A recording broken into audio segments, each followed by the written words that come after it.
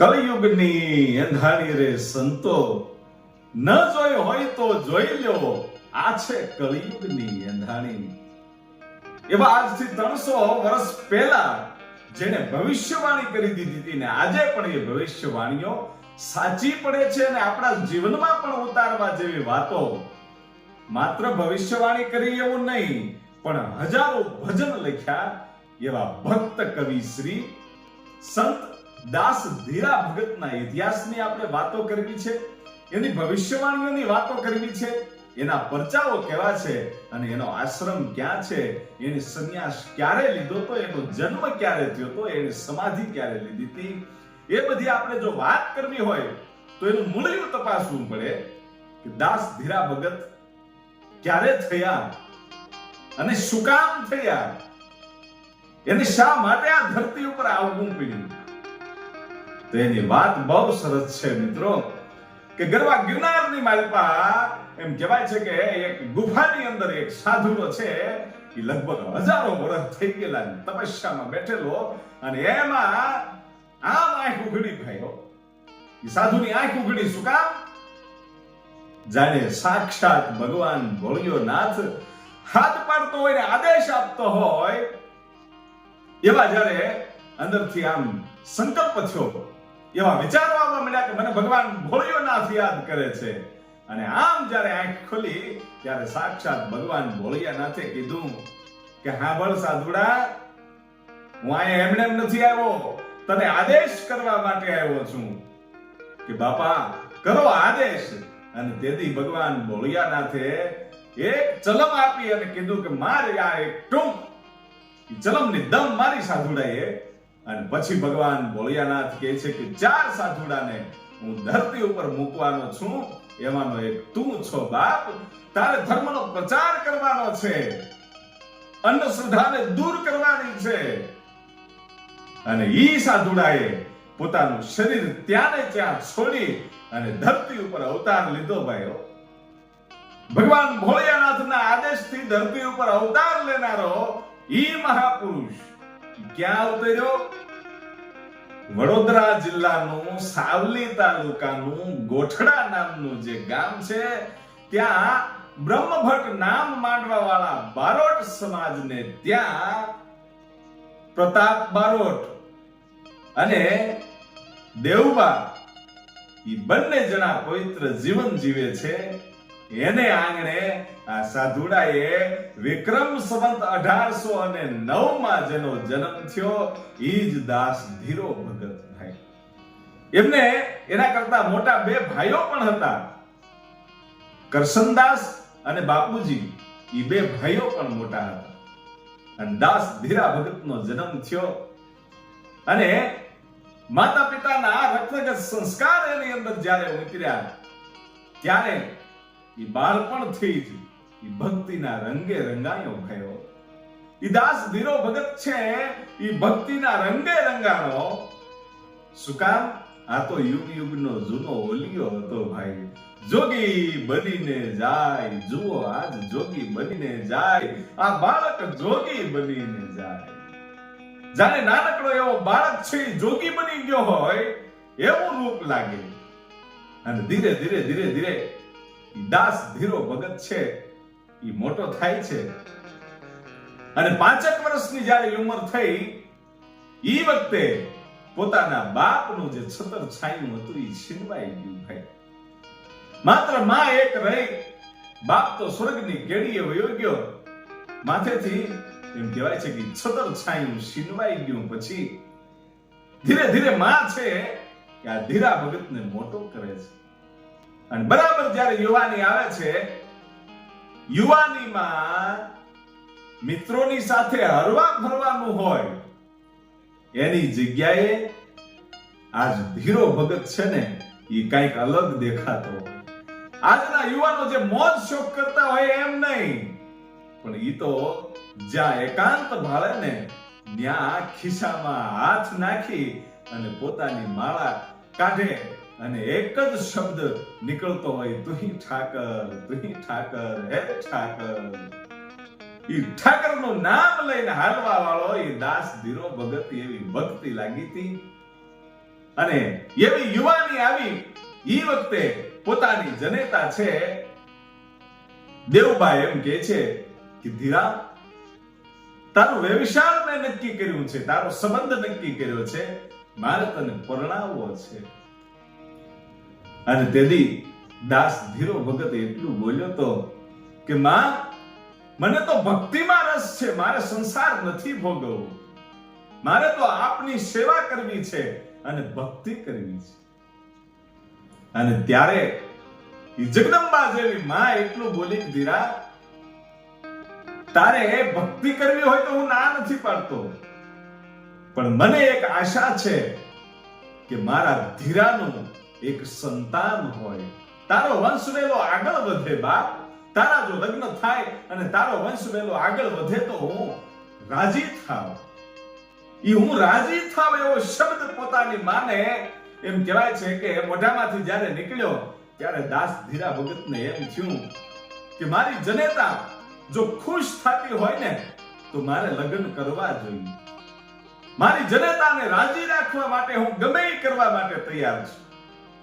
જોજો, સાધુ છે ને એ આખો પરિવાર છોડી દે, પણ જ્યારે જરૂર પડે ને ત્યારે પોતાના પરિવારને પોતાની અંદર હમાવી લેવાની અને પોતાના પરિવાર માટે બધું જ સહન કરવાની પણ એનામાં તાકાત હોય.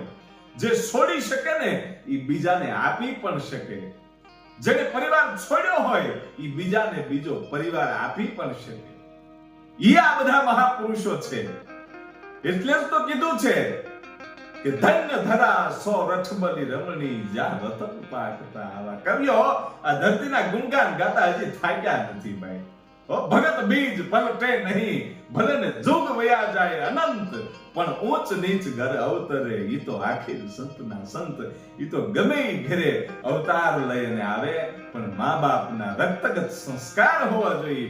ઈ ન્યાય એવા સાધુડા આવે. આજ દાસ ધીરો ભગત છે એમ કહે છે કે જો મારી માં રાજી થતી હોય ને તો મારે લગ્ન કરી લેવા છે, પણ પોતાની જનેતાને એક શરત કરે છે કે માં, હું લગ્ન કરી લઉં, મને સંસારમાં કોઈ રસ નથી, પણ તમને રાજી રાખવા માટે હું લગ્ન કરું છું.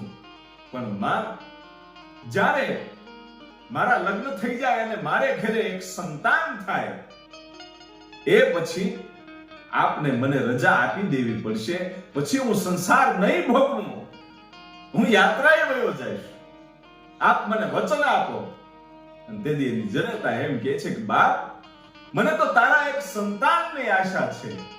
તારે ઘરે સંતાન થાય પછી તું જાતો રહેજે, તું યાત્રાએ જાજે, મને કાંઈ વાંધો નથી, પણ તું અત્યારે લગ્ન કરી લે.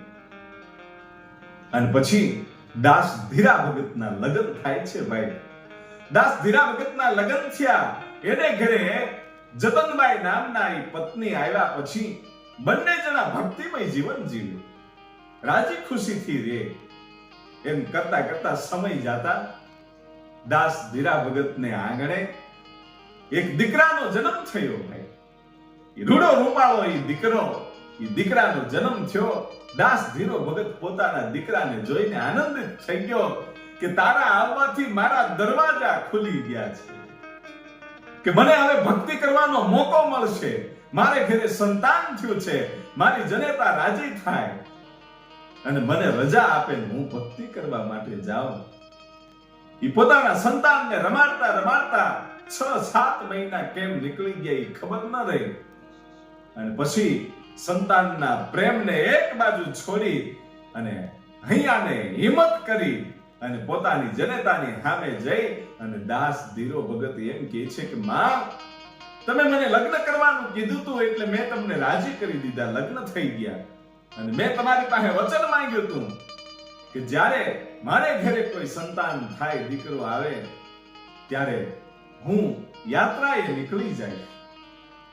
અને તેથી જનેતાએ કીધું કે હા ધીરા, તારે યાત્રાએ જવું હોય તો તું નીકળી જા, પણ પાછો આવજે હો બાપ. તારા વગર અમે નહીં રહી શકીએ. તારું સંતાન તારા ઘરમાં છે, તારી પત્ની તારા ઘરમાં છે, એનું પણ ધ્યાન રાખવું એ તારો ધર્મ છે. અને તેથી દાસ ધીરા ભગતે હાથ જોડીને કીધું તું માં, હું જરૂર પાછો આવીશ, પણ અત્યારે થોડાક વર્ષો માટે મને યાત્રાએ જવા દો. અને પોતાની જનેતાએ દાસ ધીરા ભગતને આશીર્વાદ આપ્યા, રજા આપી અને પોતાની જે પત્ની છે જતનબાઈ, એને પણ રાજી ખુશીથી રજા આપી કે જલ્દી પાછા આવજો, તમે ભક્તિ કરો અને ચાર ધામની યાત્રાઓ કરો, એ તો મારા માટે ગૌરવની વાત છે.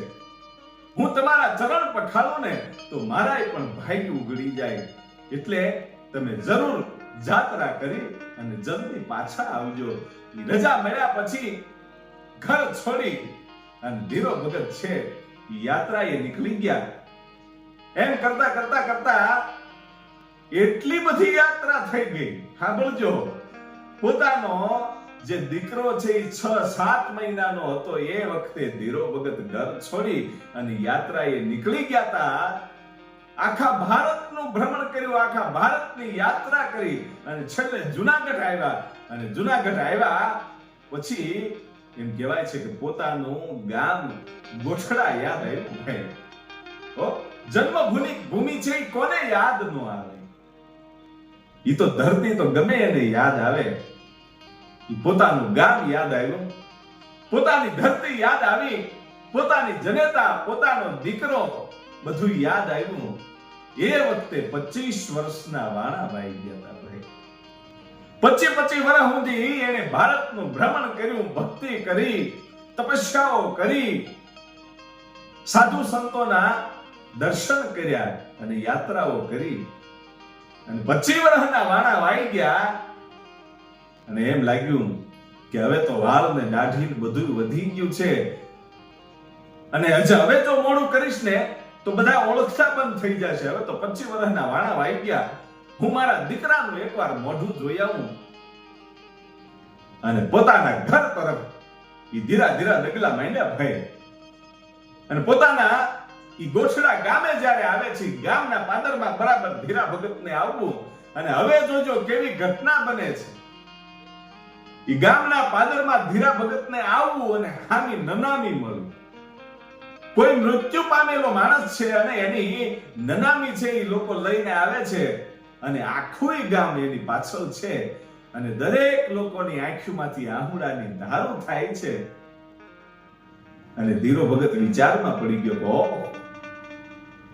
આ કેવો ભાગ્યશાળી માણસ હશે કે જેણે આ જીવન છોડ્યું, એની પાછળ આજ આખું ગામ છે અને હાચા આહુડા પાડે છે. નહીતર માણસની ટેવ હોય ગમે ત્યાં લોકાએ જાય, કાંડ કરવા માટે જાય, કોઈ પણ વ્યક્તિ ગુજરી ગયું હોય ત્યાં જાય એટલે ખોટા માથા ઉપર થાળિયા રાખી અને હો કરી અને ચા પાણી પીને નીકળી જતા હોય છે. પણ આ દાસ ધીરો ભગત છે એ ચારે બાજુ નજર કરે છે કે દરેક વ્યક્તિઓના આંખમાં જે આંસુડા છે એ સાચા આંસુડા છે. આજ એવો કયો મહાન વ્યક્તિ વયો ગયો હશે, આની પાછળ શમશાને જવું જોઈએ અને આ વ્યક્તિની ચિતા સળગતી હોય એના પણ દર્શન કરવા જોઈએ. આ કોઈ મહાન માણસ હશે. અને એ શમશાને જવા માટે આ લોકોની સાથે ભળી ગયા ભાઈ. શમશાને ગયા, ચિતા ખડકાણી, એ ચિતા હળગી અને જ્યારે અડધું પોણું શરીર એ સળગી ગયા પછી લોકો છે સ્નાન કરવા માટે જવા માંડ્યા.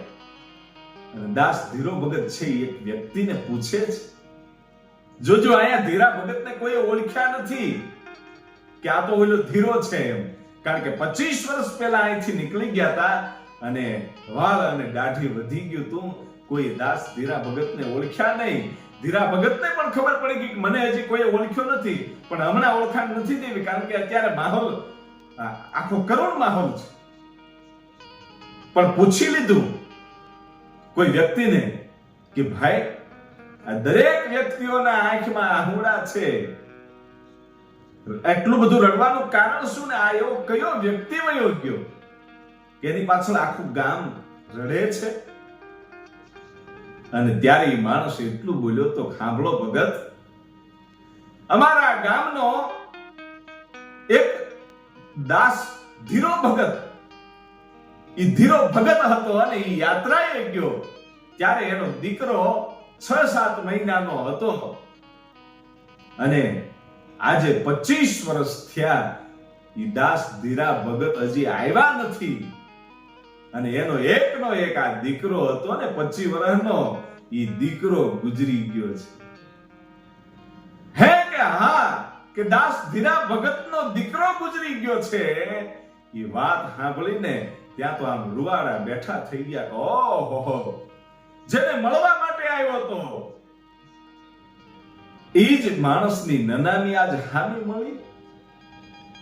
અને આમ ચિતાની હામું જોયું ભાઈઓ અને ધુવાડા નીકળતા હતા, પણ અહીંયા તો એના રૂવાડે રૂવાડે ભક્તિ રવાઈ ગઈ હતી ભાઈ. જેને ભક્તિ કરી હોય ને એને સુખ અને દુઃખની એટકી ન આવે. માં ગંગા સતીએ જેમ કીધું એમ કે સુખની અને દુઃખની જેને એટકી ન આવે, એવો દાસ ધીરો ભગત આજ કઠણ થઈ ગયો. પોતાનો 25 વર્ષનો દીકરો ગુજરી ગયો છે, પોતે એને મળવા જ માટે આવ્યા હતા અને ઈ જ દીકરો ગુજરી ગયો. ત્યારે બેહી અને આમ સ્મશાનમાંથી ચિતામાંથી નીકળતી આગ અને એની જ્વાળાના ધુવાડા સામે આ દાસ ધીરો ભગત જોવા મળ્યો અને ત્યાં ને ત્યાં બેઠા બેઠા એક ભજન લખ્યું. વિચાર કરજો કે જેનો જુવાન દીકરો ગુજરી ગયો હોય અને એને જ ચિતાની સામે જોઈ અને જે વ્યક્તિ ભજન લખતો હોય તો એ કેટલો મહાન વ્યક્તિ હશે. વિચાર કરજો કે પોતાનો 25 વર્ષનો દીકરો આજ ગુજરી ગયો છે ને એની ચિતા હળગે છે, શમશાનમાં એની સામે બેહી એની ચિતાની સામે જોઈ અને આજ દાસ ધીરો ભગત છે એ ભજન મીડ્યો લખવા ભાઈઓ. કેવું ભજન લખ્યું? કઠણ ચોટ છે કાળની રે, મરણ મોટેરો માન, કઈક રાણા ને કઈક રાજિયા, ઈ તો છોડી આલ્યા સંસાર. આ સંસારને છોડીને કઈક રાજા અને રાણા છે એ વયા ગયા છે.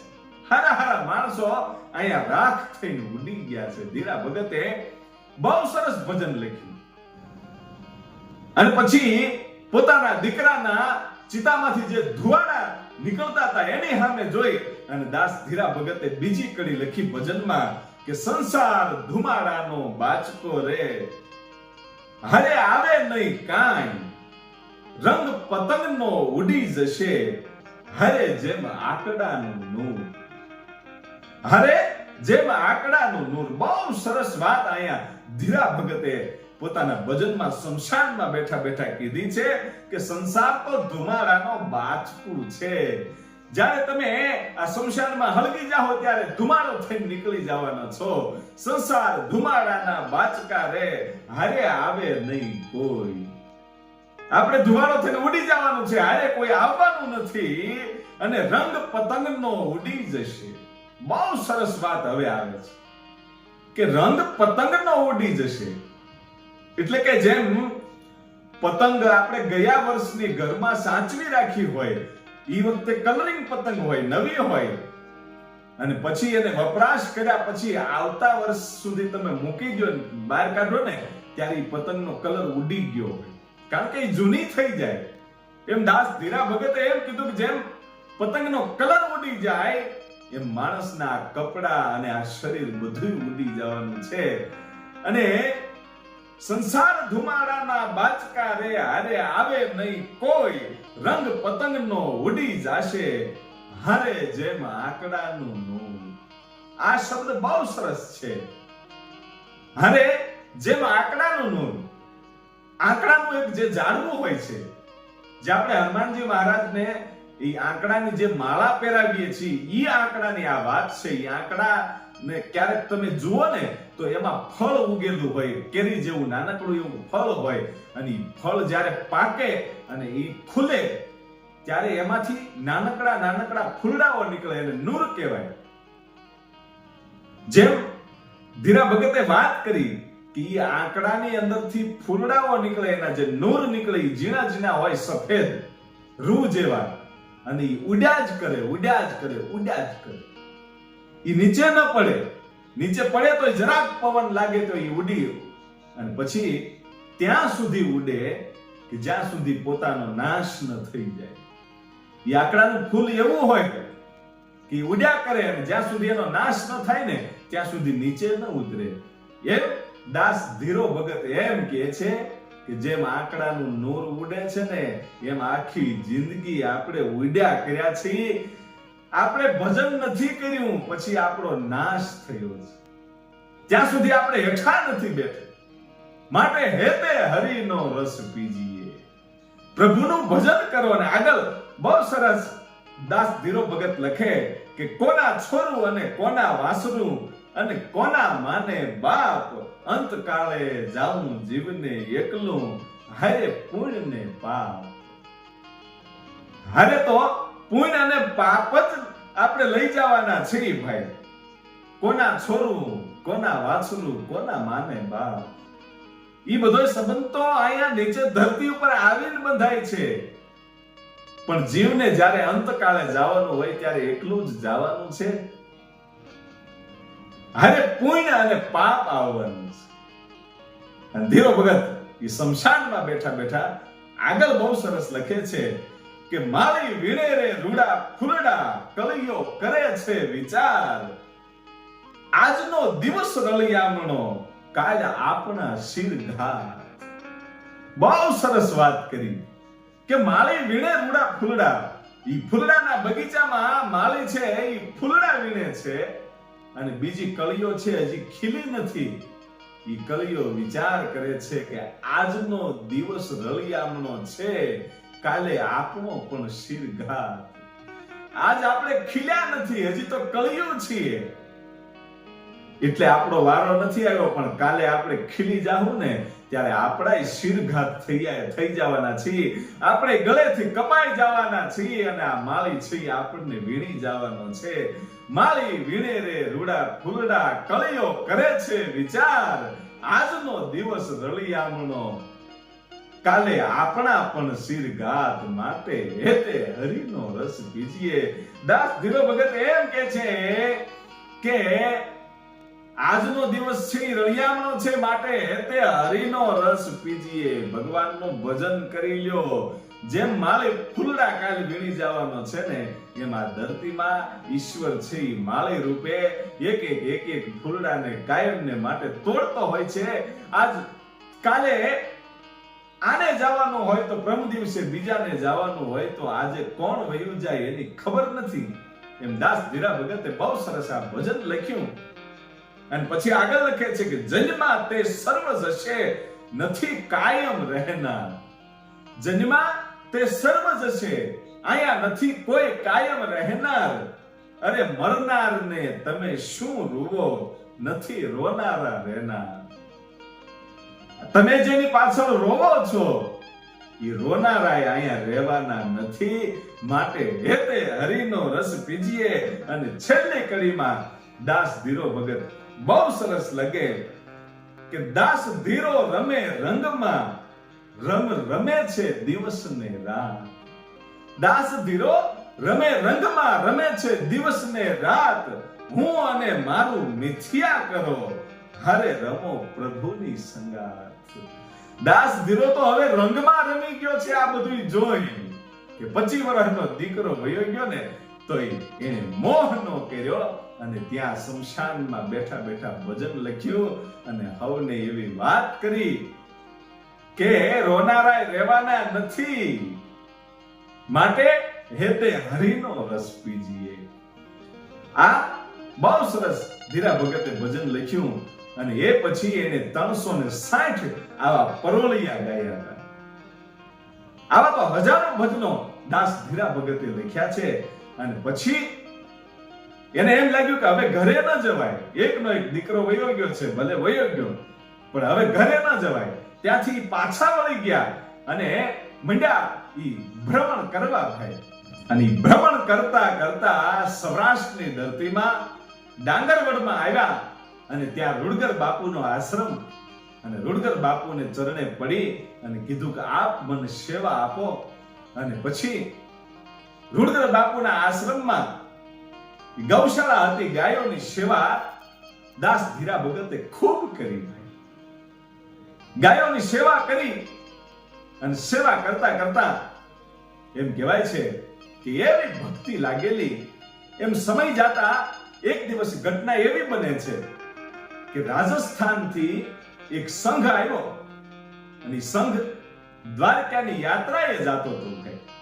એ સંઘ દ્વારકાની યાત્રાએ જતો હતો અને એ સંઘની એમ કહેવાય છે કે દાસ ધીરો ભગત જોઈ જાય છે અને પોતાના ગુરુજી એટલે કે રૂડગર બાપુને કે વાત કરે છે કે સંઘ નીકળ્યો છે રાજસ્થાનથી અને દ્વારકા જાય છે. એટલે રૂડગર બાપુએ કીધું કે એને રોકો, આપણે અહીંયા એને ભોજન કરાવવાનું છે. અને પછી આખા સંઘને રોકવામાં આવ્યો. રાત્રિ રોકાણ કર્યું, આખી રાત ભજન ભાવ થયા, ભોજન થયા અને આખી રાત દાસ ધીરા ભગતે ખૂબ આ બધા સંતોની આ સંઘની સેવા કરી. અને પછી સવારે રૂડગર બાપુને આ સંઘવાળા લોકો એમ કહે છે કે આ ધીરા ભગતે અમારી બહુ સેવા કરી છે આખી રાત, તો અમને એમ થાય છે કે અમે એને અમારી સાથે લેતા જઈએ, એને યાત્રા થઈ જાય દ્વારકાની. ત્યારે રૂડગર બાપુ ના પાડે છે કે નહીં, અહીંયા ગાયોની સેવા કરવામાં તકલીફ પડે એવું છે. જ્યાં સુધી ધીરો ભગત ગાયને પાણી ન પાય ને ત્યાં સુધી ગાય પાણી ન પીવે, તરસી રહે. આવું કદાચ બન્યું હોય તો માટે હું એને યાત્રા કરવા માટે તમારી સાથે નહીં આવવા દઉં. અને દાસ ધીરા ભગતને એમ થતું હતું કે મને જો યાત્રાએ જવા દે ને તો મારે આ સંઘની સાથે યાત્રા કરવી છે. પણ યાત્રા કરવાની રૂડગર બાપુએ ના પાડી અને સંઘ છે એ નીકળી ગયો. પણ હવે શું ઘટના બને છે સાંભળજો. દાસ ધીરો ભગત કોઈ સામાન્ય નહોતો, એની એવી ભક્તિ હતી કે એને તમામ સિદ્ધિઓ પ્રાપ્ત થઈ ગઈ હતી. એટલે મનમાં વિચાર આવ્યો કે ગમે એમ થાય દ્વારકાની યાત્રા તો કરવી જ છે. એટલે બીજું રૂપ ધારણ કર્યું.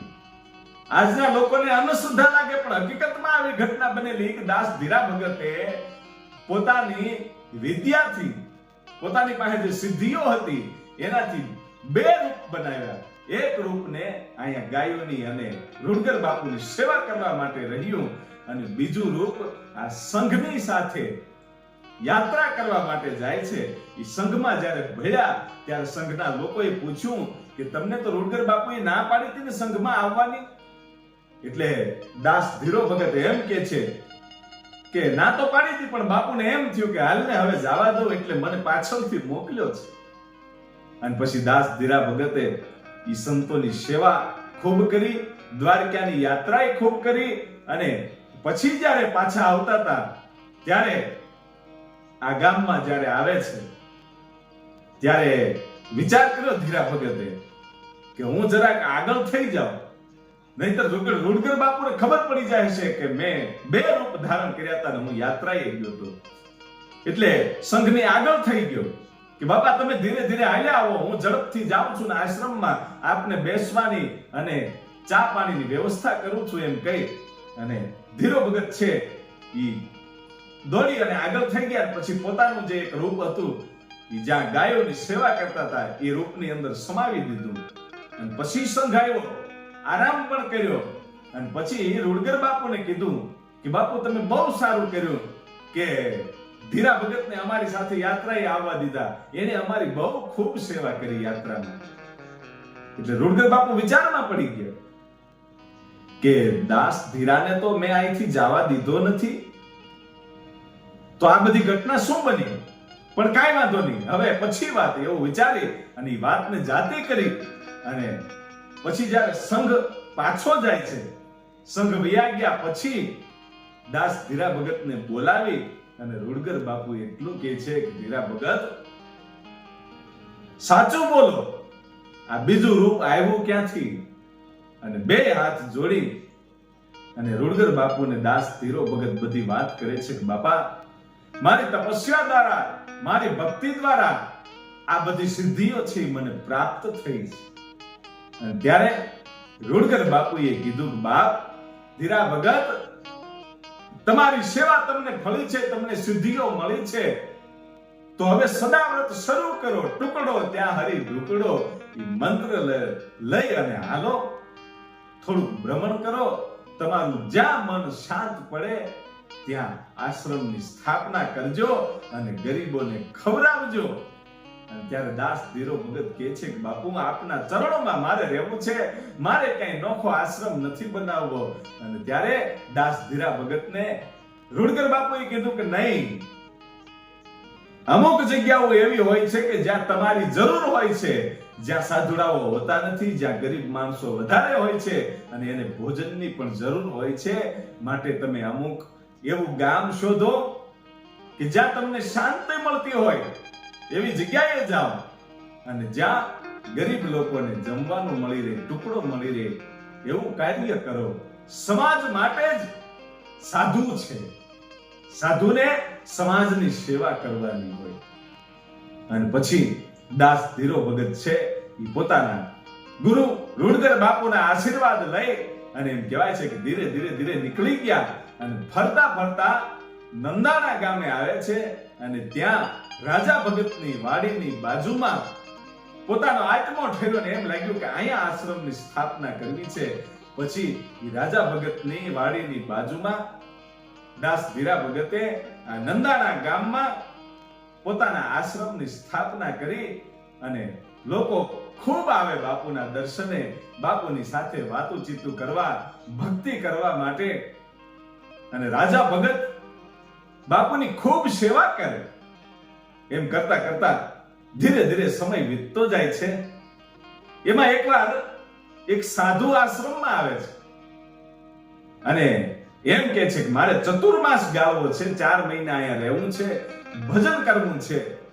અને ત્યારે દાસ ધીરા ભગતે કીધું કે બાપા આ બધું તમારું જ છે, તમે તમારે ભક્તિ કરો, તમને ભોજનની, ચા પાણીની બધી વ્યવસ્થા અહીંયા થઈ જશે, તમે ચિંતા ન કરો, તમે માત્ર ભક્તિ કરો. અને ત્યારે સાધુએ કીધું કે મને તો અહીંયા માણસોની આવર જાવર છે વધારે, એટલે હું ભક્તિ નહીં કરી શકું, માટે મને એવી એક અલગ જગ્યા આપી દો કે જ્યાં હું મારી તપસ્યા કરી શકું, ભક્તિ કરી શકું, 4 મહિના ગુજારી શકું. કે કાંઈ વાંધો નહીં બાપુ. અને રાજા ભગતને ધીરા ભગતે કીધું કે આ સાધુને તમારી વાડીએ લઈ જાઓ, ત્યાં એક નાનકડી એવી ઝૂંપડી બનાવી દો અને તમે ત્યાં ને ત્યાં રહ્યો, આજુબાજુમાં કોઈ માણસ ના આવે, આ બાપુના ભજનમાં ક્યાંય તકલીફ ન પડે અને એની સેવામાં કઈ ખામી ન રાખતા. અને પછી રાજા ભગતે ઈ સંતની ખૂબ સેવા કરી. 4 મહિનાની બદલે 6 મહિના કેમ વયા ગયા એ ખબર ન રહી. અને 6 મહિને ઈ સાધુડો ઉભો થઈને કીધું કે રાજા ભગત તમે મારી ખૂબ સેવા કરી છે, હે કે હા માંગી લો જે માંગવું હોય, આજ હું તમારી ઉપર રાજી છું. અને તેથી રાજા ભગતે 2 હાથ જોડ્યા હતા કે બાપુ મારે કાંઈ નથી જોતું, આપની ભક્તિ મને મળે, તમારી જેવા સંતોના મને દર્શન થાય, એનાથી વધારે મારે શું જોતું હોય. અને ત્યારે પોતે ચલમ પ્રગટાવી અને કીધું કે લો આ ચલમની દમ મારો. અને રાજા ભગતે કીધું બાપા હું નથી પીતો. ત્યારે સાધુએ એમ કીધું તો કે હું નથી પીતો, આ તો જ્યારે મન થાય ને ત્યારે એકાદી ઘૂંટ મારી લેવાની હોય. લે લે બાપ, એક ઘૂંટ માર. અને એક ઘૂંટ છે એ રાજા ભગતે જ્યારે મારી ત્યારે ત્રિકાલદર્શી બની ગયા. એક ચલમની ઘૂંટ મારવાથી સંતના એવા આશીર્વાદ મળ્યા કે ત્રિકાલદર્શી બની ગયા. ત્રિકાલદર્શી બની ગયા. અને પછી બીજી દમ મારી એટલે ભૂતકાળ, ભવિષ્યકાળ અને વર્તમાન કાળ, એમાં શું વર્તમાન કાળમાં શું થઈ રહ્યું છે, ભૂતકાળમાં શું હતું અને ભવિષ્યમાં શું થશે એ બધું જ્ઞાન થઈ ગયું. અને ત્રીજી ઘૂંટ મારી ત્યારે એમ કહેવાય છે કે માણસને જોઈ અને એને શું રોગ થયો છે, એની શું દવા કરવામાં આવે તો એને સારું થઈ જાય, એવું આખું વેદનું જ્ઞાન મળી ગયું. ભાઈ એવું વેદનું જ્ઞાન મળી ગયું. આ ત્રણેય વસ્તુ મળી.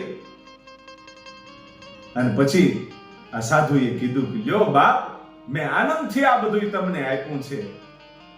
અને તેથી રાજા ભગતે હાથ જોડ્યા હતા કે બાપુ આ બધું મારાથી નહીં જીરવાય, હું તો નાના પેટનો માણસ છું, મારાથી આ બધું નહીં જીરવાય, તમે બધું પાછું લઈ લો. અને ત્યારે એ સાધુએ એટલું કીધું કે એકાદી વસ્તુ તો તમારે રાખવી પડશે. અને ત્યારે કીધું કે જે તમે મને વેદનું જ્ઞાન આપ્યું છે ને, આયુર્વેદિક દવાનું જે મને જ્ઞાન આપ્યું છે, કે હું લોકોને જોઈ અને મને ખબર પડી જાય કે આને શું રોગ છે અને આની શું દવા કરાય, ઈ એક જ્ઞાન જે છે ઈ મને રહેવા દ્યો. બાકી આ બીજા બે લઈ લ્યો.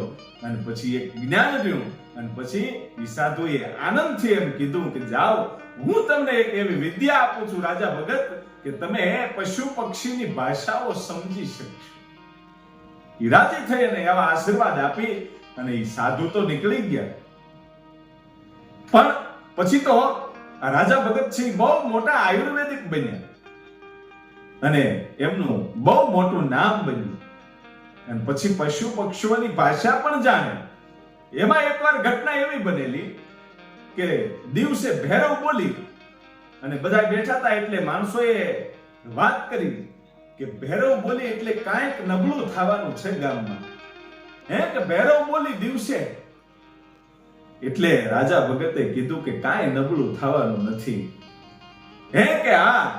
ત્યારે પેલા માણસો કહે છે કે અમે એવું સાંભળ્યું છે કે તમે પશુ પક્ષીઓની ભાષા સમજો છો, એટલે આ ભૈરવ શું બોલી ઈ કહી દો ને. અને ત્યારે રાજા ભગત એમ કહે છે કે ભૈરવ એવું બોલી છે કે જે આપણા ગામમાંથી એક વ્યક્તિ આજે પરણવા માટે ગયો છે ગાડા લઈ. પરણવા માટે એટલે કે ઘરઘણું કરવા માટે ગયા છે, લગ્ન માટે નહીં. બીજી વાર લગ્ન એટલે ઘરઘણું. ઘરઘણું કરવા ગયા છે ને, ઈ જે બાઈ આવવાની છે ને એના પેટમાં સંતાન છે. અને ભૈરવ એવું બોલે છે કે ઈ બાઈ આવતી છે એને રસ્તામાં દીકરાનો જન્મ થશે. એટલે આ લોકો દાંત મળ્યા કાઢવા કે કઈ રાજા ભગત એવું થોડું બને કે જે લોકો ઘરઘણું કરવા ગયા હોય અને ઈ બાઈની સાથે સંતાન પેટમાં હોય અને આવે ને પાછું રસ્તામાં જ જન્મી જાય. કે ભાઈ મને જે પશુની ભાષામાં પક્ષીની ભાષામાં ખબર પડે છે અને ભૈરવ જે બોલી છે ઈ મેં કીધું છે. બાકી સાચું પડે કે ખોટું પડે એ તો મારો નાથ જાણે. અને પછી હકીકતમાં એવી જ ઘટના બની કે જે લોકો ઘરઘણું કરવા માટે ગયા હતા ને પાછા વળ્યા તો ઈ બાઈને રસ્તામાં જ દીકરાનો જન્મ થયો. એ વાત સાચી પડી. એટલે લોકો પછી રાજા ભગતને ખૂબ માનવા માંડ્યા. એમ કરતા કરતા સમય જાતો જાય છે. એમાં એક વખત દાસ ધીરા ભગત છે રાજા ભગતને કીધું કે હવે તમારે થોડાક દિવસ આ આશ્રમ સંભાળવાનો છે. હું દ્વારકા મંગલા આરતીના દર્શન કરવા માટે જાઉં છું. કે કાંઈ વાંધો નહીં. રાજા ભગત કહે છે કે આશ્રમ બધોય હું સંભાળી લઈશ. તમે દ્વારકાધીશની મંગલા આરતીના દર્શન કરો અને મારા માટે પણ દર્શન કરતા આવજો. એમ કહી અને પછી ધીરા ભગત છે એ નીકળી જાય છે અને ચાલતા ચાલતા એક લોવરાળી નામનું ગામ વચ્ચે આડું આવે છે. લોવરાળી ગામના પાદરમાંથી નીકળવું અને હામી નનામી મળી કોઈ વ્યક્તિ ગુજરી ગયેલું અને બધાય બહુ રોતા હતા. એટલે દાસ ધીરો ભગત છે એની પાછળ જાય છે. શમશાને આ વ્યક્તિને હળગાવી દેવામાં આવ્યો. જે વ્યક્તિ ગુજરી ગયો તો એને હળગાવી દીધો. ત્યાં સુધી ધીરો ભગત બેઠા અને પૂછ્યું કે કોણ ગુજરી ગયું? કે અમારા ગામનો વાઘેર, એનું નામ ધીરો હતું અને એમના માવતરનો એકનો એક દીકરો હતો અને હજી હમણાં જ પરણાયો હતો અને ગુજરી ગયો. આ વાઘેરાણી છે એકલી થઈ ગઈ ને એનું રુદન છે. આ બધાને દુઃખ છે. ત્યારે ધીરા ભગતે વિચાર કર્યો કે આનું દુઃખ ટાળવું જોઈએ. એટલે એવો વિચાર કરી અને જ્યારે આ લોકો બાળી અને પાછા આવે છે ઘરે, ત્યારે દાસ ધીરા ભગતે જે વાઘેર ધીરો જે મરી ગયો હતો, જેને સળગાવી દેવામાં આવ્યો હતો, એનું રૂપ ધારણ કર્યું. એનું રૂપ ધારણ કરીને ઘરે આવ્યો. એટલે લોકો વિચારમાં પડી ગયા કે આપણે તો આને સળગાઈ આવ્યા છીએ અને આ પાછો કેમ આવ્યો? કેવી રીતે આવી શકે? આનું શરીર તો સળગી ગયું છે. અને ત્યારે દાસ ધીરા ભગત એ વાઘેર ધીરાના રૂપમાં હતા ને એને કીધું કે ભગવાનથી કઈક ભૂલ થઈ ગઈ હતી કે મને અગાઉ લેવાઈ ગયો અને પછી મને શરીર હોતો અહીંયા પાછો મોકલ્યો છે. એટલે હવ લોકો આનંદિત થઈ ગયા કે કાંઈ વાંધો નહીં, આનું દુઃખ હતું એ જતું રહ્યું. લોકો વયા ગયા, હાજ પડી. અને જ્યારે ઓરડામાં દાસ ધીરો ભગત જાય છે, આ વાઘેર ધીરાના રૂપમાં છે, અને વાઘેરાણી જે હતી એની પાસે જઈ અને કીધું કે મને ઓળખ્યો? કે હા, તમે તો મારા પતિ છો અને ઈશ્વરે કેવી દયા કરી કે તમને પાછા મોકલ્યા. તમારું શરીર સળગાવી દીધું છતાંય ઈશ્વરે મારી ઉપર દયા કરી કે તમને પાછા મોકલ્યા, તમને બીજી વાર શરીર આપ્યું. અને ત્યારે દાસ ધીરો ભગત એમ કે છે કે તું જે તારો પતિ સમજશો ને એ હું નથી. પોતાનું સાચું રૂપ બતાવ્યું કે હું તો નંદાણા વાળો દાસ ધીરો ભગત છું અને તમારા દુઃખને, આના માવતરને બહુ દુઃખ લાગ્યું છે ને એટલે હું આ રૂપ લઈને આવ્યો છું અને તમારા ઘરમાં રહી અને મારે 12 વર્ષ સુધી ભક્તિ કરવી છે એટલે આવ્યો છું. અને ત્યારે વાઘેરાણીએ કીધું કે કાંઈ વાંધો નહીં, જેને જાવું પડ્યું છે એ તો વયો ગયો છે, પણ એના રૂપમાં તમે છો એટલે હું તમને જોઈ અને જીવી જાશ, તમારી હું ભક્તિ કરીશ બાપુ. અને પછી એમ કહેવાય છે કે આ વાઘેર ધીરાના રૂપમાં દાસ ધીરો ભગત ત્યાં રહે છે અને બીજું રૂપ લઈ અને નંદાણા પાછા આવે છે. અને ધીરે ધીરે ધીરે ધીરે સમય વીતતો જાય છે. આ જે વાઘેરાણી હતી એના સાસુ સસરા ગુજરી ગયા અને પછી 12 વર્ષ પૂરા થયા ત્યારે બે હાથ જોડી અને દાસ ધીરો ભગત કહે છે કે બેન, હવે હું રજા લઉં. અને ત્યારે કીધું કે કાંઈ વાંધો નહીં, આપ તો સંત છો, મહાપુરુષ છો, આપના 12 વર્ષની તપસ્યા પૂરી થઈ, આપ જઈ શકો છો, પણ મને એક વચન આપો કે જ્યારે આપ નિર્વાણ થવાના હોય, સમાધિ લેવાના હોય ત્યારે તમે મને બોલાવજો. હે કે હા, ત્યારે તમારી સાથે મારે સમાધિ લેવી છે. અને દાસ ધીરા ભગત વચન આપે છે કે કાંઈ વાંધો નહીં, જાઓ, જ્યારે મારે નિર્વાણ થવાનું હશે ત્યારે હું કોઈને મોકલીશ તમને બોલાવવા માટે, ત્યારે આવજો અને આપણે સાથે સમાધિ લેશું. એવી વાત થઈ. અને પછી દાસ ધીરો ભગતનું જે રૂપ હતું એ સમાઈ ગયું અને અહીંયા તો દાસ ધીરા ભગત હતા જ. એવી રીતે પછી ભજન કરતા કરતા આશ્રમમાં સમય વીતતો જાય છે. એમાં એકવાર ઘટના એવી બની કે દાસ ધીરો ભગત એકદમ નિરાશ થઈને બેઠા છે. ઈ એકદમ નિરાશ થઈને બેઠા એટલે ભક્તોએ પ્રશ્ન કર્યો કે બાપા, આપ આટલા બધા નિરાશ થઈને બેઠા છો, આનું કારણ શું? અને ત્યારે દાસ ધીરા ભગતે એટલું કીધું, બાપ, નિરાશ ન થાવ તો કરું શું? હવે જે સમય આવવાનો છે બહુ કફરો સમય આવવાનો છે. હે કે હા, કે કેવો સમય આવશે બાપુ? અને ત્યારે એના જવાબમાં એ ભજન ગાય અને દાસ ધીરો ભગત ભવિષ્યવાણી કરે છે. આગળ શું થવાનું છે એની ભવિષ્યવાણી હવે આવે છે, સાંભળજો. કલયુગની એંધાણી રે સંતો, ન જોઈ હોય તો જોઈ લ્યો. આ બધી છે કલયુગની એંધાણી. એ કલયુગનો એંધાણ જેને બતાવ્યો એવી ભવિષ્યવાણી પોતાના આશ્રમમાં બેસી અને દાસ ધીરો ભગત લખે છે કે વર્ષો વર્ષ દુકાળ પડશે, સાધુ કરશે સુરાપાન. બહુ સાચી વાત કરી. વર્ષો વર્ષ દુકાળ પડશે અને આજે પણ એવી ઘટનાઓ બને છે કે ઘણી જગ્યાએ વર્ષો વર્ષ વરસાદ ઓછા પડે છે અને સાધુ કરશે સુરાપાન, એટલે કે ન પીવાનું પીશે. અને એવી ક્યાંક ને ક્યાંક ઘટના બનતી હોય એવું મને તમને જોવા મળે છે. સાધુ સુરાપાન કરે છે, આવી ઘટનાઓ બને પણ છે. એટલે આ ભવિષ્યવાણી સાચી પડી કહેવાય. અને બીજી કડીમાં બહુ સરસ લખે છે કે બ્રાહ્મણ માટી ભરકશે, ગાયત્રી ધરે નહીં કાન, જોગી ભોગી થાશે, બાવા થાશે બેભિચારી. બહુ સરસ વાત કરી કે બ્રાહ્મણ માટી ભરકશે કે જે ન ખાવાનું હોય એવું ખાશે, માંસ મદિરા પાન કરશે. કદાચ આવું ભવિષ્યમાં બની શકે પણ ખરું.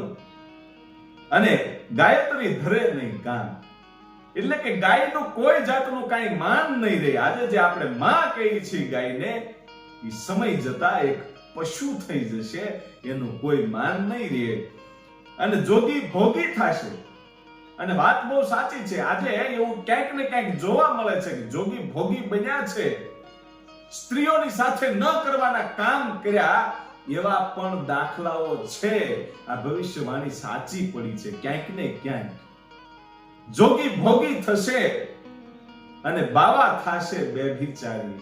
એના વિચારો હારા નહીં હોય, રૂપિયા માટે ન કરવાના કામ કરશે, રૂપિયા ભેગા કરશે.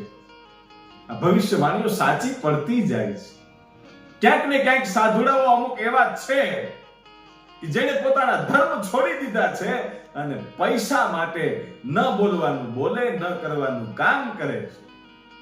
આવી ઘટનાઓ બને છે. આ ભવિષ્યવાણી આજે સાચી પડી. અને ત્રીજી કડીમાં દાસ ધીરો ભગત બહુ સરસ લખે કે શેઠે શેઠો ઘસાશે, ખેતરમાં નહીં હોય ખૂંટ, આદિ વાહન છોડીને બ્રાહ્મણ ચડશે ઊંટ. બહુ સારી વાત કરી કે શેઠે શેઠો ઘહાઈ જશે અને ખેતરમાં નહીં હોય ખૂંટ, કે એકબીજાના જમીન માટે ઝઘડાઓ થશે, શેઠે શેઠા ઘસાશે. આ શેઠાવાળાને એમ થાય કે હું થોડીક જમીન આગળ વધારી દઉં, ઓલાને એમ થાય કે હું થોડીક આગળ વધારી દઉં. આવી રીતે શેઠે શેઠો ઘસાશે અને ખેતરમાં નહીં હોય ખૂંટ, એટલે કે ખેતરોમાં બળદિયા જ નહીં હોય. આજે આ ભવિષ્યવાણીઓ સાચી પડી છે. બળદ ક્યાં રહ્યા છે? ટ્રેક્ટરો થઈ ગયા છે. આ ભવિષ્યવાણી આજથી 300 વર્ષ પહેલા દાસ ધીરા ભગતે કહી દીધું તો કે ખેતરમાં ખૂંટ રહેવાના નથી. બહુ સાચી વાત છે. અને આગળ બહુ સરસ લખે છે કે ગાયો ભેંસો જાશે, દુજાણામાં રહેશે બકરી. અને આજે ધીરે ધીરે બધું ઈ તરફ જ જઈ રહ્યું છે કે દુજાણા બધાય જાતા જાય છે, ડુપ્લિકેટ દૂધ માણસ ખાતા જાય છે. એટલા બધા માલ નથી, છતાંય આખા ભારતને દૂધ પૂરું પડી રહે છે. બોલો, કોથળીઓ દ્વારા. તો આ ડુપ્લિકેટ નહીં તો બીજું શું? અને દુજાણામાં બકરી જ રહેવાની છે. અને આગળ બહુ સરસ લખે છે કે કારણિયો તો કર્મી કહેવાશે, જ્યારે જો ખોદશે જાળા, નીચને ઘરે ઘોડા બંધાશે, શ્રીમત ચાલશે પગપાળા. જે અમુક નકામા માણસો હશે ને, ઈ ઘોડાઓ લઈને ફરતા હશે, અને જે દિલના શ્રીમંત હશે, સારા માણસો હશે, એને પગપાળા હાલવું પડશે. કારણ કે એની પાસે રૂપિયો નહીં હોય, એનું દિલ છે ઉદાર હશે, પણ ગરીબાઈ હશે. આ વાત આજે ક્યાંક ને ક્યાંક સાચી પડે છે. અને પછી આગળ લખે છે કે માજન ચોરી કરશે, વાણંદ થાશે વેપારી, રાજ તો રાણીઓના થાશે, પુરુષ થાશે ગુલામ. અને આજે હું તમે જોઈએ છીએ, આજે પુરુષ ગુલામ જ છે. રાજ તો રાણીઓના થાશે, પુરુષ થાશે ગુલામ. જેમ સ્ત્રીઓ કે એમ અમુક પુરુષો કરે છે, એમાં શંકાને સ્થાન નથી. આ ભવિષ્યવાણી સાચી જ પડી છે. અને ગરીબની અરજી કોઈ નહીં સાંભળે, અને સાહેબને કરશે સલામ, બેની તો રોતી જાશે, સગપણમાં રહેશે સાળી. કેવી જબરજસ્ત વાતો આજથી 300 વર્ષ પહેલા કરી, અને આ બધી ભવિષ્યવાણીઓ આજે સાચી પડે. કેવો મહાન સંત હશે. અને બહુ વાત સાચી છે. ગરીબની અરજી અત્યારે ક્યાં કોઈ સાંભળે છે? સાહેબોને સલામ કરે છે માણસો. માલ હે તો મોહબ્બત હે. જેની પાસે રૂપિયા હોય એને માણસો સલામ કરે, ગરીબોને પાટા મારે છે. અને બેની છે એ રોતી રોતી જાય ઘરમાંથી. બેન છે ને એ રોતી રોતી જાય ઘરમાં. કદાચ બેન આટો દેવા આવી હોય ને તો માણસ એને કાંઈ આપતા નથી. અને જ્યારે સાળી આવે ત્યારે તો એને સાડી લઈ દે, એને લાટ લટાવે. આજે આ ક્યાંક ને ક્યાંક જોવા મળે છે. આ ભવિષ્યવાણીઓ સાચી પડી છે કે સગપણમાં સાળી રહી છે, પણ બેનને આ લોકોએ તરછોડી દીધી છે. અને આગળ બહુ સરસ દાસ ધીરો ભગત કે ધર્મ કોઈનો રહેશે નહીં, એક જ પ્યાલે વરણ 18, શણગારમાં બીજું કાંઈ નહીં, શોભામાં માત્ર વાવ. કે આ જે ધર્મ છે એ કોઈનો રહેવાનો નથી. એક જ પ્યાલે 18 વરણ પાણી પીવાનું છે. અને આજે આપણે જાતિ પાતિ છોડી અને એક થયા છીએ. એ વાત પણ અહીંયા દાસ ધીરા ભગતે કીધી કે 18 વરણ એક જ પ્યાલે પાણી પીશે. એ બહુ સારી વાત કહેવાય. પણ આગળ લખ્યું કે શણગારમાં બીજું કાંઈ નહીં હોય, શોભામાં માત્ર વાળ. વાળથી જ માણસ રૂપાળો દેખાશે. સ્ત્રી હોય કે પુરુષ હોય, વાળથી શણગાર સજવાની વાત રહી. અત્યારે નથી બેનો આઈબ્રો કરાવે, નત નવા વાળ કરાવે. એ આ બધી વાત છે અને આજે સાચી પડી છે. અને આગળ લખે છે કે વાણિયા વાટું લૂટશે, રહેશે નહીં કોઈ પતિવ્રતા નારી. છાશમાં માખણ તરશે નહીં, દરિયે રહેશે નહીં વાન. દાસ ધીરા ભગતે એવું કીધું કે સમય જતા એવું બનશે કે કોઈ પતિવ્રતા નારી જ નહીં રહે. અને છાશમાં ક્યારે માખણ તરશે નહીં. અને વાત બહુ સાચી છે. આજે કંઈક ને કંઈક આપણે જોઈએ તો એવું લાગે છે કે પતિવ્રતા નારીઓ ઓછી થતી જાય છે, ન કરવાના કામ કરે છે. અને છાશમાં માખણ તરશે નહીં, આ બોલવાનું કારણ શું? કે દુજાણામાં બકરી જ રહેશે, તો બકરીના દૂધને તમે મેળવો તો એમાંથી ઘી ન નીકળે, એટલે છાશમાં માખણ તરવાનું નથી. અને ચાંદા સૂરજ ઝાંખા પડશે, આ છે આગમના એંધાન. દાસ ધીરો ભગત બહુ સરસ લખે છે અને એમ કહે છે કે આ બધા આગમના એંધાન છે. હું વિચારીને આ બધી વાતો તમને કરું છું કે ચાંદા અને સૂરજના જે પ્રકાશ છે ઝાંખા પડી જાય. ઝાંખા પડી જશે એટલે શું? ચાંદા અને સૂરજ જેવા સમાજને અંજવાળા આપનારા જે માનવીઓ છે, જે સારા દિલના માણસો છે ને, એના અંજવાળા ઓછા થઈ જવાના છે. કે જે નકામા માણસો છે ને, એ સારા માણસોની ઉપર આક્ષેપો નાખશે, સારા સંતોની ઉપર નત નવા આક્ષેપો નાખશે અને એના જે ઉજળી પરંપરા છે એને ઝાંખપ લાગશે. દાસ ધીરા ભગતે બહુ સાચી વાતો બધી કરી અને આ બધી ભવિષ્યવાણીઓ સાચી પડી. અને આ દાસ ધીરા ભગતની આગમવાણી હતી. અને પછી આગળ જે ઘટના બની એની હું તમને વાત કરું કે એક વખત જે રાજા ભગત છે એ બારગામ જાય છે અને બારગામ જવું તો એટલે રાજા ભગતે ધીરા ભગત પાસેથી રજા માંગી. અને રજા માંગી ત્યારે દાસ ધીરા ભગતે કીધું કે જલ્દી પાછા આવી જજો, કે કાંઈ વાંધો નહીં. અને સમય જાતા રાજા ભગતને બહુ આવવામાં મોડું થયું. ઘણા દિવસો વીતી ગયા, કારણ કે જેટલા સગાવાલામાં જાય ઈ જગ્યાએ બધાએ રોકી દે, કારણ કે વર્ષોથી આવ્યા નથી. એટલે એવી રીતે સમય પસાર થઈ ગયો. અને અહીંયા દાસ ધીરા ભગતને સમય થઈ ગયો સમાધિ લેવાનો. શરદ પૂનમ આવી, આસો સુદ પૂનમ આવતી હતી. એટલે દાસ ધીરા ભગતે નક્કી કર્યું કે પૂનમના દિવસે હવે સમાધિ લઈ લેવી છે. એટલે એક માણસને મોકલ્યો કે જાઓ રાજા ભગત જ્યાં હોય ત્યાંથી એને ગોતી લાવો, મારે હવે સમાધિ લઈ લેવી છે. એટલે માણસ છે એ ગામડે રાજા ભગતને ગોતે છે, પણ રાજા ભગત ક્યાંય મળ્યા નહીં. અને એક માણસને લોવરાળી નામનું જે ગામ છે જ્યાં વાઘેરાની ઓલી બાઈ હતી, જેને વચન આપ્યું હતું ધીરા ભગતે કે આપણે સાથે સમાધિ લઈશું, એને બોલાવવા માટે એક માણસને મોકલ્યો. એટલે માણસ ત્યાં ગયો તો ઘર બંધ હતું અને લોકોએ કીધું કે એ તો એમના મોસાળમાં ગયા છે, એમના મોસાળમાં આટો માર્યો તોય મળ્યા નહીં. એટલે એ માણસ પણ પાછો આવ્યો. આ બે રાજા ભગત કે ઓલી વાઘેરાણી બેમાંથી એકેય મળ્યા નહીં. એટલે શરદ પૂનમની દિવસે આસો સુદ શરદ પૂનમ, અને એમ કહેવાય છે કે એમ લાગ્યું કે હવે અહીં રહેવાય નહીં, હવે એકદમ સમાધિ લઈ લેવાય. ત્યારે વિક્રમ સંવત 1881 ની સાલ હતી. શરદ પૂનમના દિવસે ધીરા ભગત કહે છે કે હાલો હવે સમાધિ લઈ લેવી છે. અને સમાધિ ગાળવામાં આવી અને ધીરા ભગત સમાધિમાં બેસી અને કઠણ ચોટ છે કાલની રે મરણ મોટેરો માગ, ઈ ભજન ગાય અને બધાયને સંભળાયું કે આ બધું તમે મારી પાછળ રડવાની જરૂર નથી, હું તો તમારી ભેગો જ છું. અને પછી જ્યારે સમાધિ લીધી ત્યારે સમાધિની અંદર ખપ્પર, ધ્યાન પાવડી, માળા, ચીપિયો અને તુંબડી આટલી વસ્તુ મૂકવામાં આવી. અને પછી સમાધિ લેવાઈ ગયા પછી સાંજના ટાણે રાજા ભગત છે ઈ આવે છે. એવે વખતે સમાધિ લઈ લીધા પછી દાસ ધીરો ભગત છે ને ઈ ત્યાં પ્રગટ થાય છે અને રાજા ભગતને હામા મળે છે. ત્યારે રાજા ભગત હાથ જોડીને કહે છે, બાપુ અત્યારે કઈ બાજુ?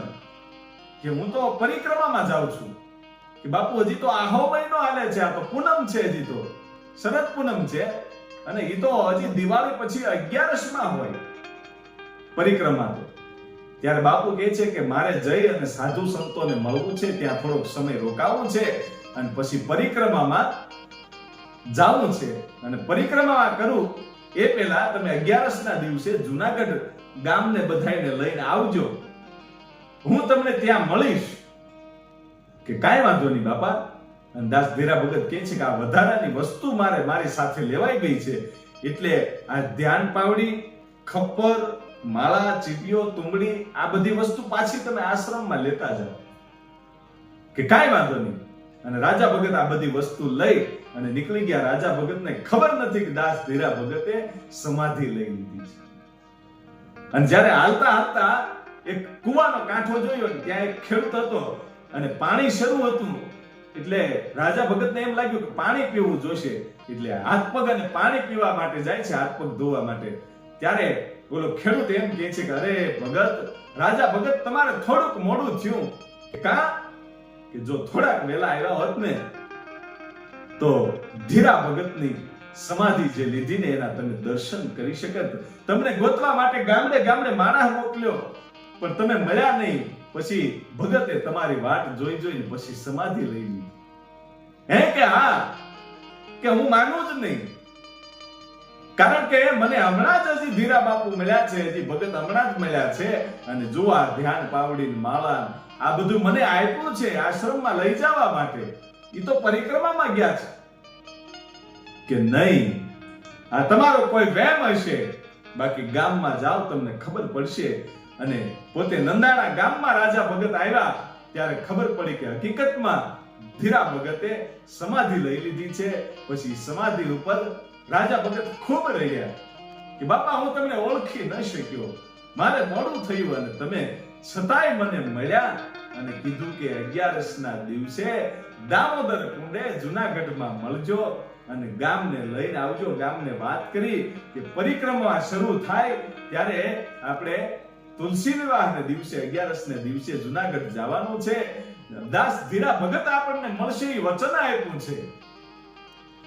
ગામ લોકો માન્યા નહીં અને 11 આવી ગઈ અને રાજા ભગત છે ને જાય છે. રાજા ભગત ગયા ભાઈ દામોકુંડે.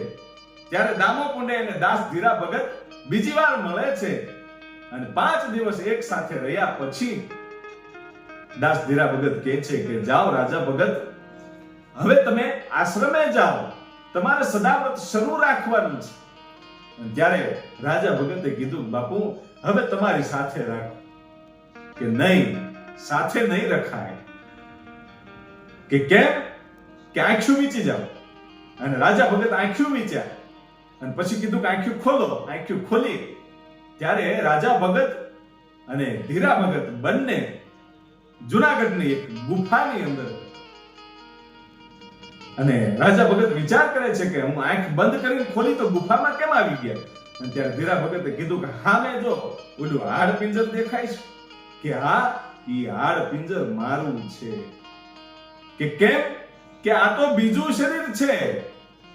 મને ભગવાન ભોળિયાનાથે આ ગુફામાંથી હુકમ કર્યો હતો ને કીધું હતું કે ભ્રમણ ભારતને તારી જરૂર છે અને ભ્રમણ કરી અને આ ધરતીમાં ધર્મનો પ્રચાર કરો. એટલે દાસ ધીરો ભગત થઈ અને હું આવ્યો તો એ હું જુગ જુગનો જૂનો ઓલિયો છું. હવે તો મારે આ શરીરમાં પાછો પ્રવેશ કરવાનો છે અને તમે જાઓ અને સદાવ્રત શરૂ કરો. જ્યારે જ્યારે જરૂર પડે ત્યારે યાદ કરજો, દાસ ધીરા ભગતના તમારી સાથે આશીર્વાદ છે, ક્યારે અનજલ ત્યાં ખૂટશે નહીં. એમ કહી અને ધીરા ભગત છે એનું જે જૂનું ખોડિયું હતું એમાં પ્રવેશ કર્યો અને રાજા ભગત છે એ પાછા અહીંયા આવે છે. અને ઈ પેલા એક ઘટના બની એની પણ હું વાત કરું કે જ્યારે દાસ ધીરા ભગતે સમાધિ લઈ લીધી અને એના ત્રીજા દિવસે ઓલી વાઘેરાણી જે હતી એને ખબર પડી કે ધીરા ભગતે સમાધિ લઈ લીધી છે, એટલે ઈ તરત જ ત્રીજા દિવસે અહીંયા નંદાણા ગામે આવે છે અને કહે છે કે હવે જટ ચિતા પ્રગટાવો, મારે સતી થઈ જવું છે. અને ત્યારે લોકો કહે છે કે ભાઈની પાછળ બેનને સતી ન થવાનું હોય. જે સ્ત્રી હોય એનો પતિ વયો ગયો હોય તો એની પાછળ સ્ત્રી થાય છે ઈ આ સમાધિ લે કે નહીં, મારે સતી તો થવું છે. એટલે લોકો કહે છે કે અમે એમ તમને સતી ન થવા દે. અને ત્યારે વાઘેરાણીએ એટલું કીધું હતું કે મારો અને દાસ ધીરા ભગતનો ભાઈ બહેનનો અને બાપ દીકરીનો એક પવિત્ર સંબંધ હતો. એટલે હવે એની સાથે એની પાસે જવા માટે મને કોઈ રોકી નહીં શકે. તમારે મને જીવતા નથી સળગાવવાની.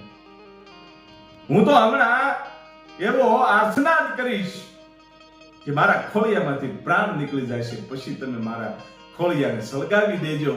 અને પછી એમ કહેવાય છે કે એવો આર્તનાદ કર્યો, અહીંયાના ભાવથી જો કરો આકલો તો ઢીંગલો ચિથરા તણો ધૂણે. એમ અહીંયાનો ભાવ નીકળ્યો અને હે બાપ હે કાળિયા ઠાકર એમ જ્યારે આર્તનાદ કર્યો ને ત્યારે એમ કહેવાય છે કે વાઘેરાણીના ખોળિયામાંથી પ્રાણ નીકળી ગયો, શરીર પડ્યું રહ્યું. એ શરીરને પછી અગ્નિદાહ કર્યા પછી એમ કહેવાય છે કે દાસ ધીરા ભગતની બાજુમાં જ એ વાઘેરાણીનો પાળીઓ બેહાડવામાં આવ્યો. આજે પણ જાજો એ નંદાણા ગામે, ત્યાં હજી પણ સદાવ્રત શરૂ છે. આવો કંઈક ઇતિહાસ અને ભવિષ્યવાણી હતી દાસ ધીરા ભગતની. તો હવે ફરી પાછા મળીએ છીએ આપણે આગળના ઇતિહાસમાં. ત્યાં સુધી જય માતાજી. અમારી YouTube ચેનલને જરૂરથી સબસ્ક્રાઇબ કરજો.